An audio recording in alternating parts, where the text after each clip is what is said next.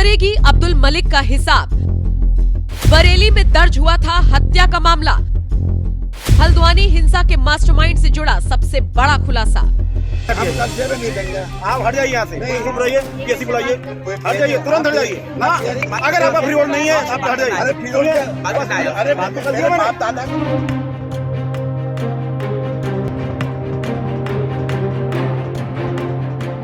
कभी अधिकारियों से बहस करता है तो कभी सरकारी जमीन को अपना बताता है।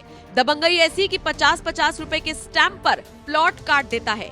चालाक इतना कि जब जब कार्रवाई का डर सताए मजार बनाकर मजहब को आगे कर देता है। बात कर रहे हैं उसी अब्दुल मलिक की जिसके निजी स्वार्थ ने हल्द्वानी पर आगजनी, पत्थरबाजी और बवाल जैसा दाग लगाया। अब्दुल तो फरार हो गया लेकिन उसके गुर्गे फिलहाल उत्तराखंड पुलिस की गिरफ्त में है। हल्द्वानी हिंसा को हुए लगभग एक हफ्ते का वक्त बीत गया है और प्रशासन पूरी मुस्तैदी के साथ आरोपियों की धरपकड़ में लगा हुआ है। धामी सरकार की तरफ से भी ऐलान किया गया है कि पाई की वसूली भी उन्हीं से की जाएगी जिन्होंने इस हिंसा को अंजाम दिया। हम प्रदेश के अंदर इसका जो हमारा मूल स्वरूप है, जो यहाँ का स्वभाव है, उस स्वभाव को किसी कीमत पर बिगड़ने नहीं देंगे। हम इसको सहन नहीं करेंगे, बिल्कुल भी सहन नहीं करेंगे। जो सुन नहीं रहे फिर वो हमारी बात सुन लें। मैं उनको कहना चाहता हूं, हम देवभूमि में किसी प्रकार की भी हिंसा, किसी प्रकार की भी अराजकता, ये किसी कीमत पर हम सहन करने वाले नहीं हैं। उसके लिए जो जरूरी काम होगा वो जरूरी काम किया जाएगा। जिन्होंने भी बनभूलपुरा में जो हमारे सरकारी संपत्ति का नुकसान किया है, निजी संपत्ति का नुकसान किया है, उन दंगाइयों से, उन अराजक तत्वों से उसकी एक एक पाई वसूली जाएगी, चाहे कितना भी बड़ा रसूख वाला कोई क्यों ना हो। जिसने भी ये काम किया, जिसने भी कानून तोड़ने का काम किया है, कानून उसके साथ सख्ती से काम करेगा, बिना रुके बिना झुके लगातार काम करेगा।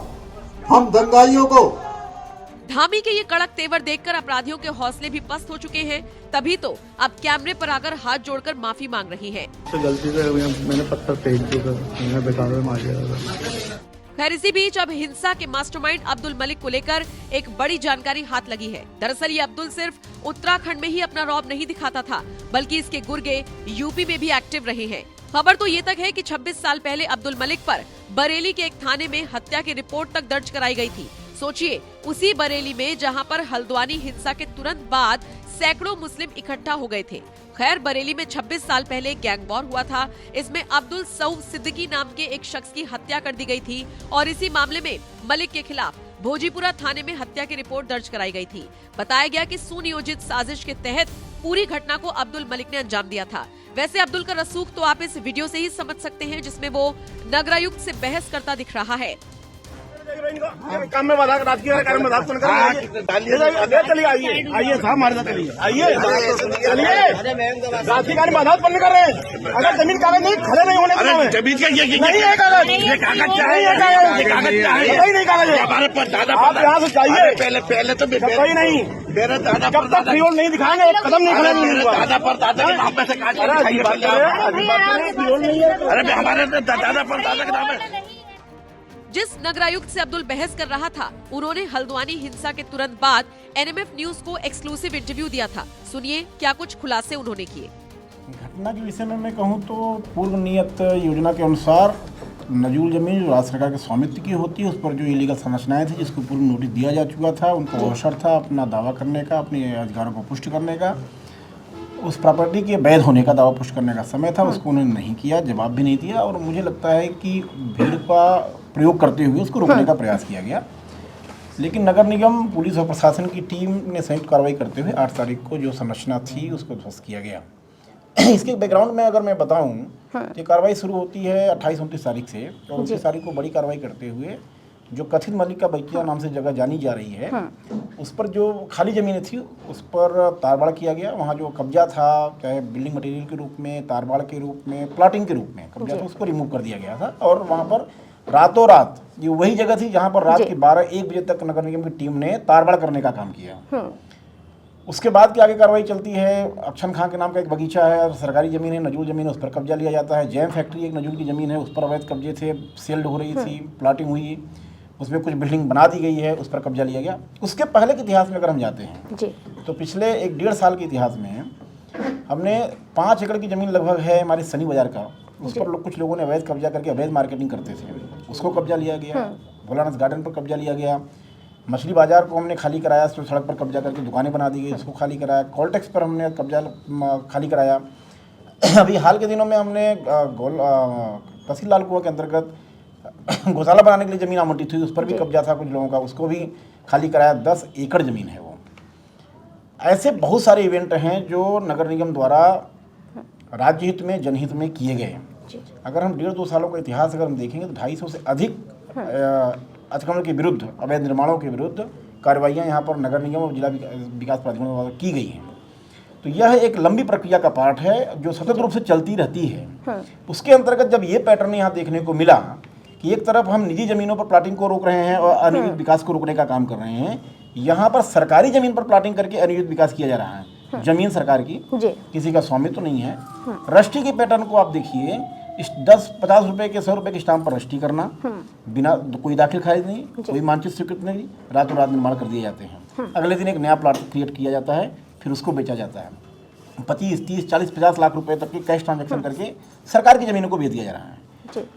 और जिस प्रकार से कार्रवाई हुई, जिस प्रकार से विरोध का सामना करना पड़ा, उस पर इस आधार पर मैं कह सकता हूँ कि मसल पावर से उन्माद फैला करके प्रशासनिक मशीनरी को सही काम करने के लिए, राज्य हित में, जनहित में काम करने से रोकने का प्रयास किया गया है। अब मुझे ऐसा लगता है कि इसके माध्यम से वो चाहते हैं कि वहाँ का कहीं और ऐसी एक्टिविटी हो रही है जिसको हम आगे रोक सकते हैं, उसको रोकने का प्रयास किया गया है। मैं स्पष्ट करना चाहता हूँ, स्थितियाँ सामान्य होने के बाद फिर जांच की कार्रवाई की जाएगी और जहाँ पर भी नजूल जमीनों पर ऐसे इस तरह के पैटर्न में काम हो रहा होगा उस पर निश्चित तौर पर कार्रवाई की जाएगी।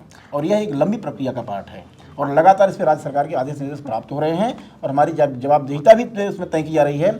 आप एक आदेश को देखेंगे, उत्तराखंड सरकार का एक आदेश है जिसमें भी स्थानीय पदाधिकारियों के दायित्व निर्धारित किए गए हैं कि अगर आप इसका संज्ञान नहीं लेते हैं सरकारी ज़मीनों पर अवैध अतिक्रमण का, तो आप पे भी कार्रवाई की जानी है। दूसरा विषय मैं ये भी कहता हूँ कि निश्चित तौर पे पहले भी कार्रवाइयाँ होती रही हैं, लेकिन तत्काल वहाँ तारबाड़ और बाउंड्री वाल का निर्माण न होने से फिर इंक्रोचमेंट एक्टिविटी बढ़ जाती थी। लेकिन इस बार हमने रातों रात वहाँ पर तारबाड़ कराए हैं, बाउंड्री वाल भी कराया है और उसका जनहित में उपयोग भी प्रारंभ किया है। जैसे अभी आप देखिए, ये जो कथित मलिक का बगीचा नाम का जगह है, वहाँ पर माननीय मुख्यमंत्री जी ने थाना निर्माण करने की घोषणा कर दी है।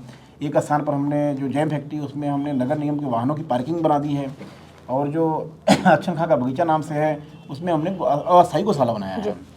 तो ये जो जिन हितों में, राजकीय हितों में इसका उपयोग हमने किया, इन कार्यों के लिए हमारे पास कोई ज़मीन नहीं थी। तो मुझे लगता है कि सरकारी मशीनरी ने बड़ा काम किया है और ये जनहित में काम किया गया है। लेकिन इसमें जो लोग उन्माद फैला करके, बलवा फैला करके हमको रोकने का प्रयास कर रहे हैं, सरकारी मशीनरी पर जिन्होंने हमला किया, अटैक किया है, उन्होंने एक बड़ा दोष किया है, आपराधिक कृत्य किया है। उसमें पुलिस निश्चित तौर पे जांच करके और कठोर कार्रवाई करेगी। और इसमें जो जन सामान्य है, जिनका कोई लेना देना नहीं है, जो हमारे वीडियो फुटेज में कहीं नहीं है, उनको कतई डरने की आवश्यकता नहीं है। पूरे कर्फ्यूग्रस्त क्षेत्र में मजिस्ट्रेट लगाए गए हैं, घर घर जा रहे हैं, गली गली मोहल्ले मोहल्ले जा रहे हैं। आपूर्ति विभाग के लोग हैं, मंडी समिति के लोग हैं, दुर्ग विभाग के लोग हैं, मेडिकल के लोग वहाँ घूम रहे हैं, एम्बुलेंस घूम रही है। सारे मजिस्ट्रेटों ने घर घर जा करके अपने नंबर दे दिए हैं और कई लोगों को वहाँ से इस प्रकार जिनकी मेडिकल की आवश्यकता है, उनको एम्बुलेंस उपलब्ध करा कर हॉस्पिटल तक पहुँचा दिया गया है। और ये स्थानीय लोग हैं, वहाँ के जनप्रतिनिधियों के पास भी यहाँ के सभी अधिकारियों के नंबर हैं, उनके इंटरेक्शन होते हैं। बहुत सारे वहाँ हमारे पूर्व पार्षद हैं जो नगर निगम में लंबे समय तक उन्होंने काम किया है, उनके पास भी सबके नंबर हैं। वो लोग भी लगातार समन्वय स्थापित करके वो या उनके परिजन, जो मित्र, जो जिनके पास भी नंबर हैं, वो संपर्क कर रहे हैं। तो मुझे लगता है कि जन सामान्य की सुविधा का पूरा ध्यान रखा जा रहा है। लेकिन जो उपद्रवी हैं, अराजक तत्व हैं, उनको दंडित करने का पूरा प्रयास पुलिस के लोग कर रहे हैं और वो कार्रवाई लगातार जारी है। यानी कि जो गुनहगार है बस वही डरे, बाकी नहीं। जिन्होंने गुनाह को नहीं किया है, थोड़ा बहुत कर्फ्यू होने के कारण थोड़ी परेशानी हो सकती है, लेकिन उनको डरने की जरूरत नहीं है। तो हमारे मजिस्ट्रेट वहाँ घूम रहे हैं, उनसे संपर्क करें, सभी समस्याओं का समाधान किया जाए। सर, उस दिन आप घटनास्थल पे मौजूद थे और कहाँ से शुरुआत हुई, क्या कुछ देखा आपने वहाँ पर जो मौजूद थे? वहाँ पे जिस तरीके से कह रहे कि जो हम वीडियो देख रहे हैं, तस्वीरें सामने आ रही हैं कि महिलाओं का पहला लेयर था, फिर बच्चों का, जिसमें 10-12 साल के भी बच्चे शामिल थे, उसके बाद पुरुष पीछे से थे। देखिए, इस पैटर्न को आप थोड़ा गौर से आप देखिए कि पुलिस और प्रशासन पूरी टीम पहुँचती है, जेसीबी मशीनें पहुँचती हैं, सबको हटाया जाता है, समझाया जाता है। उसके बाद कुछ लोगों को सांकेतिक रूप से गिरफ्तार भी करने का प्रयास किया जाता है। जनरली अभी तक जब भी हम अभियान करते रहे हैं तो सामान्य रूप से विरोध होता है, समझाया बुझाया जाता है, कुछ लोगों की सांकेतिक गिरफ्तारियां भी की जाती हैं, तो उसके बाद चीज़ें शांत होती हैं और कार्रवाई पूरी हुई होती है।